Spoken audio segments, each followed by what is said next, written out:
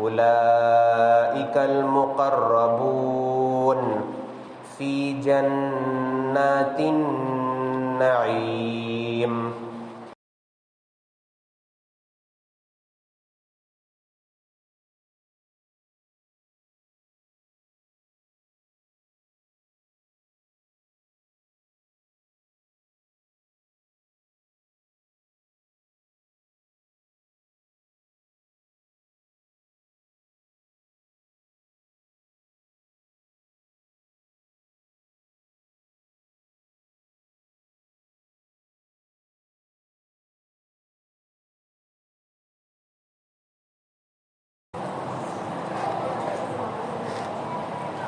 الحمد لأهله والصلاة والسلام لأهلها أما بعد فقد قال الله تعالى في القرآن الكريم أعوذ بالله من الشيطان الرجيم بسم الله الرحمن الرحيم وَلَنَبْلُوَنَّكُمْ بِشَيْءٍ مِّنَ الْخَوْفِ وَالْجُوعِ وَنَقْصٍ مِّنَ الْأَمْوَالِ وَالْأَنفُسِ وَالثَّمَرَاتِ وَبَشِّرِ الصَّابِرِينَ الَّذِينَ إِذَا أَصَابَتْهُم مُّصِيبَةٌ قَالُوا إِنَّا لِلَّهِ وَإِنَّا إِلَيْهِ رَاجِعُونَ أُولَٰئِكَ عَلَيْهِمْ صَلَوَاتٌ مِّن رَّبِّهِمْ وَرَحْمَةٌ وَأُولَٰئِكَ هُمُ الْمُهْتَدُونَ۔ اللہ تعالیٰ کی یہ عادت ہے کہ جب بھی کسی بندے کی مدت ختم ہو جاتی ہے اس دنیا سے تو اللہ تعالیٰ اسے اپنے پاس بلا لیتا ہے۔ بس فرق اتنا ہوتا ہے کہ کوئی دیر سے جاتا ہے اور کوئی جلدی چلا جاتا ہے۔ کوئی اتنا جلدی چلا جاتا ہے کہ لوگوں کو اس بات کی توقع بھی نہیں ہوتی اور جانے والے کو دنیا سے اکتاہٹ بھی نہیں ہوتی اور اس کے دل میں موت کی آرزو بھی نہیں آتی۔ اتنا جلدی اللہ تعالیٰ اسے اپنے پاس بلا لیتا ہے۔ ویسے آپ لوگ سنتے آ رہے ہیں کہ جو نیک لوگ ہوتے ہیں ان کو اللہ تعالیٰ اپنے پاس جلد سے جلد بلا لیتا ہے۔ آج ہمارے سامنے اس کی مثال موجود ہے۔ میرے والد اور استاذ، مرشد اور میرے ساتھ دوستانہ تعلق رکھنے والے حضرت پیر و مرشد مفتی سید باقر ارشد صاحب رحمۃ اللہ علیہ اتنی جلدی چلے گئے کہ نہ ان کو کسی کلفتوں کا سامنا کرنا پڑا اور جب گئے تو بخوشی خدا سے راضی ہوتے ہوئے گئے اور سکون کے ساتھ گئے۔ ایک خر نے چند دن پہلے والد صاحب سے بات کی تھی، فون پر بات ہوئی تھی جب میں دیوبند میں تھا۔ تو جب میں نے سنا کہ والد صاحب نے جو ہے جمعے کی نماز بیٹھ کر پڑھائی تو عجیب اتفاق یہ ہے کہ مجھے ایک دم رسول اکرم صلی اللہ علیہ وسلم کی حدیث یاد آئی کہ رسول اکرم صلی اللہ علیہ وسلم جب ان کا وفات کا وقت قریب آیا تو وہ مسجد کو آ نہیں پاتے تھے اور گھر میں نماز پڑھتے تھے۔ جب یہ 2-3 دن پہلے وفات سے 2-3 دن قبل رسول اکرم صلی اللہ علیہ وسلم اچانک تشریف لے آئے۔ آنے کے بعد انہوں نے بیٹھ کر نماز پڑھائی۔ لوگوں نے دیکھا آپ صلی اللہ علیہ وسلم نے بیٹھ کر نماز پڑھی، لوگوں کو نماز پڑھائی۔ جیسے ہی والد صاحب نے مجھے کہا کہ اس بار جمعے میں نے نماز بیٹھ کے پڑھائی تو اچانک مجھے عجیب محسوس ہونے لگا۔ مجھے حضور اکرم صلی اللہ علیہ وسلم کی وہ حدیث یاد آ گئی۔ پھر میں نے اس کے بعد والد صاحب سے کہا کہ میں ابھی آنا چاہتا ہوں آپ کے پاس۔ میں پہنچنا چاہتا ہوں، لیکن انہوں نے کہا کہ ابھی گئے ہوئے وقت صرف 1 مہینہ بھی نہیں ہوا ہے، ابھی آؤ گے تو تعلیم کا بھی حرج ہوگا اور کچھ دشواریاں بھی پیش آئیں گی، اس لیے تھوڑی دیر اور انتظار کر لو، انشاءاللہ دسمبر میں آنا۔ لیکن خدا کو منظور یہ تھا کہ میں وہیں تھا اور وفات ہو گئی۔ اس سے مجھے ایک یہ چیز سمجھ میں آئی کہ ہم لوگ سنت کو اختیار کرتے ہیں خود کے ارادے سے، لیکن انہوں نے بغیر ارادہ سنت کو اختیار کیا ہے۔ آپ صلی اللہ علیہ وسلم جب ان کی وفات قریب آئی تو انہوں نے بھی بیٹھ کر نماز پڑھائی تھی، اور والد صاحب ان کے بھی جب وفات قریب آئی تو انہوں نے بھی بیٹھ کر نماز پڑھائی۔ اس بات کو سوچ کر مجھے بہت افسوس ہوتا تھا کہ کاش میں اس وقت آ جاتا۔ پھر اس سے پہلے چند روز قبل 1 مہینہ پہلے جب میں چھٹی میں آیا تھا تو والد صاحب نے بتایا کہ انہوں نے خواب میں رسول اکرم صلی اللہ علیہ وسلم کو دیکھا ہے، اور کہا کہ پیچھے کھڑے ہوئے ہیں اور داڑھی ایک دم کالی ہے اور جوانی نظر آ رہی ہے۔ تو انہوں نے یہ خواب سنایا۔ مجھے اس وقت ذہن میں خیال آیا کہ علماء اکرام کہتے ہیں کہ جس کو خواب میں رسول اکرم صلی اللہ علیہ وسلم نظر آ جائیں اس کی شفاعت کی بھرپور امید ہے۔ تو مجھے ایک طرف ملال بھی ہو رہا ہے کہ جو میرے سب کچھ تھے وہ چلے گئے، لیکن ایک طرف خوشی بھی یہ ہو رہی ہے کہ جانے سے پہلے ان کی شفاعت کے علامات ہمیں نظر آ گئے ہیں۔ انشاءاللہ اللہ سے امید کرتا ہوں کہ ان کی شفاعت ہوگی اور انشاءاللہ ان کے اعلیٰ علیین میں ان کو مرتبہ ملے گا۔ ویسے ان کی جو زندگی گزری وہ بھی بڑی جد و جہد میں تھی، آپ حضرات سب جانتے ہیں، ایک پل بھی انہوں نے جد و جہد کے بغیر نہیں گزاری، ہمیشہ مصائب مشکلات، لیکن کبھی بھی ناشکری نہیں کی، ہمیشہ ثابت قدم رہے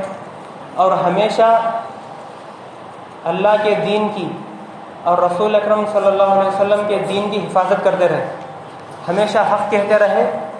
اور کبھی بھی کسی سے ڈرے نہیں۔ اس وقت ناقابل بیان ہیں، جو ان پر مصائب آئے وہ ناقابل بیان ہیں، لیکن اتنی مشکلات میں گزارنے کے بعد اللہ تعالیٰ نے ان کو علامات دکھا دی شفاعت کی۔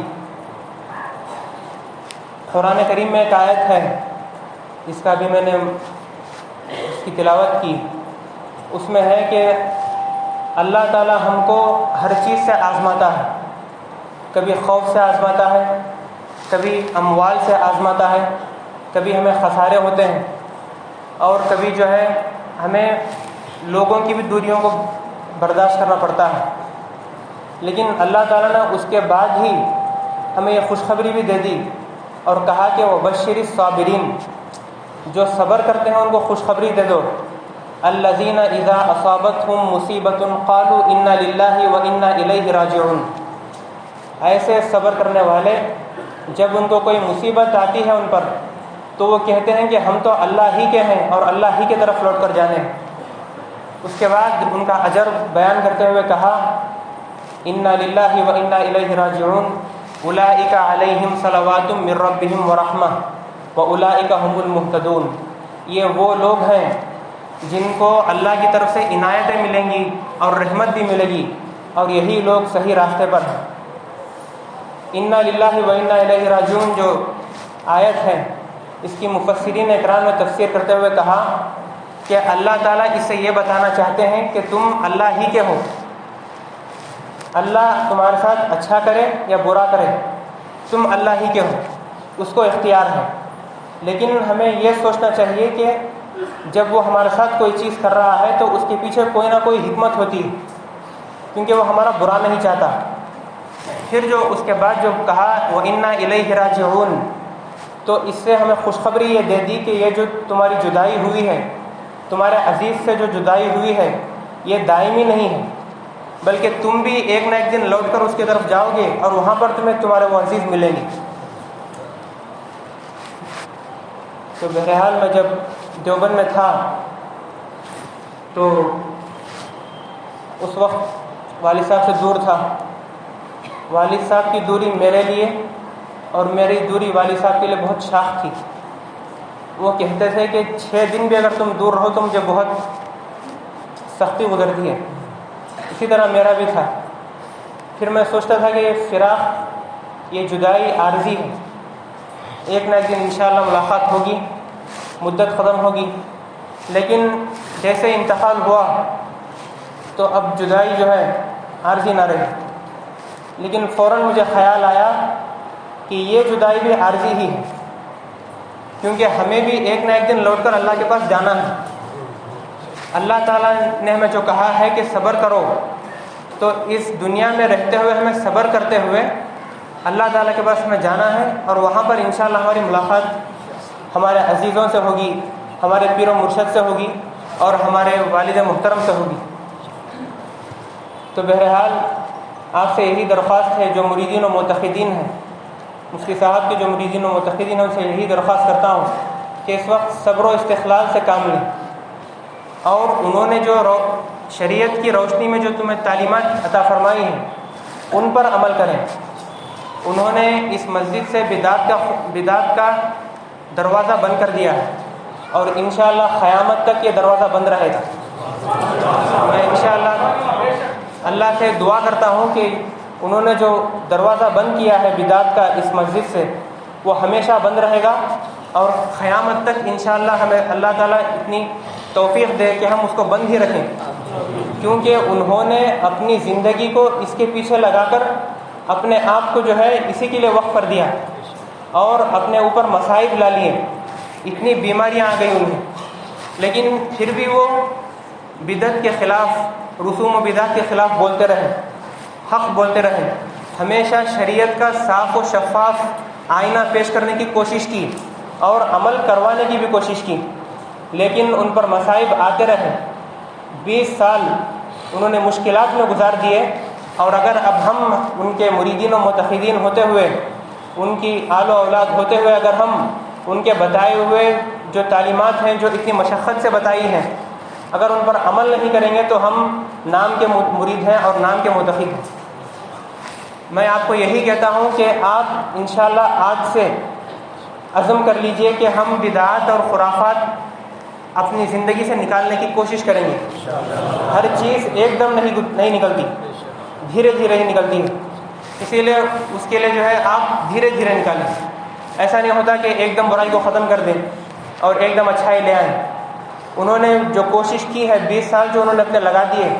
صرف کر دیے، اس کو انشاءاللہ آگے بھی چلایا جائے گا، اور انشاءاللہ انہی کی وفات سے بدعت کا خاتمہ شروع ہوگا،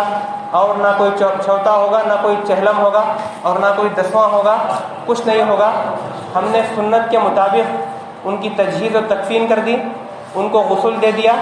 اور ان کو تدفین کر کے ہم آ چکے ہیں۔ اب ہم پر بس اتنا فرض ہے کہ جب تک ہماری موت آئے تب تک ہم ان کے لیے ایصال ثواب کرتے رہیں اور شریعت پر عمل کرتے رہیں، کیونکہ وہ یہی چاہتے تھے کہ میری قوم سدھر جائے۔ ہمیشہ ان کے دل میں یہی حسرت تھی کہ قوم سدھر جائے۔ قوم کو میں نے اتنا دیا ہے، اتنا جو میں ان کے پیچھے پڑھتا ہوں، اس لیے پڑھتا ہوں کیونکہ جو مجھے اسلامی تعلیمات ملی ہیں وہ ان کو بھی ملیں، اور یہ اس پر عمل کرتے ہوئے راہ راست پر آ جائیں، اور جو ہے نقصان سے اور ضرر سے بچے رہیں۔ بہرحال آپ سبھی ابھی صبر و استقلال کا دامن تھامے رہیں، اور بدعت اور خرافات جو ختم کرنے کی انہوں نے کوشش کی ہے اس پر آپ بھی عمل کریں، اور آج سے آپ عزم کر لیں، کیونکہ یہی ان سے میں کہتا ہوں کہ دلی محبت کی نشانی ہے۔ اگر کوئی کہتا ہے کہ مجھے پیر و مرشد مفتی باقر سے محبت ہے تو وہ بدعت اور خرافات سے بچنے کی کوشش کرے گا، کیونکہ ان کی بس یہی خواہش تھی کہ ہر آدمی سدھر جائے۔ بہرحال اس وقت میں کہنے کے اس میں نہیں ہوں، ترتیب سے کہہ نہیں پا رہا ہوں، کیونکہ اپنے اندر بہت میں گھٹن محسوس کر رہا ہوں، اور بہت ہی برداشت کرتے ہوئے میں یہاں پر آپ کے سامنے کھڑا ہوا ہوں۔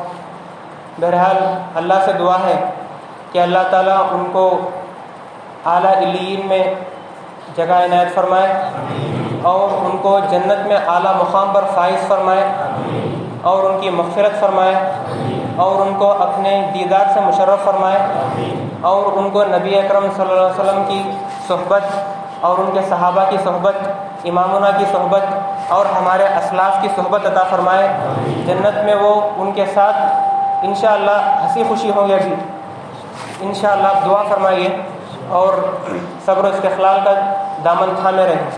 آمین۔ وآخر دعوانا الحمدللہ رب العالمین۔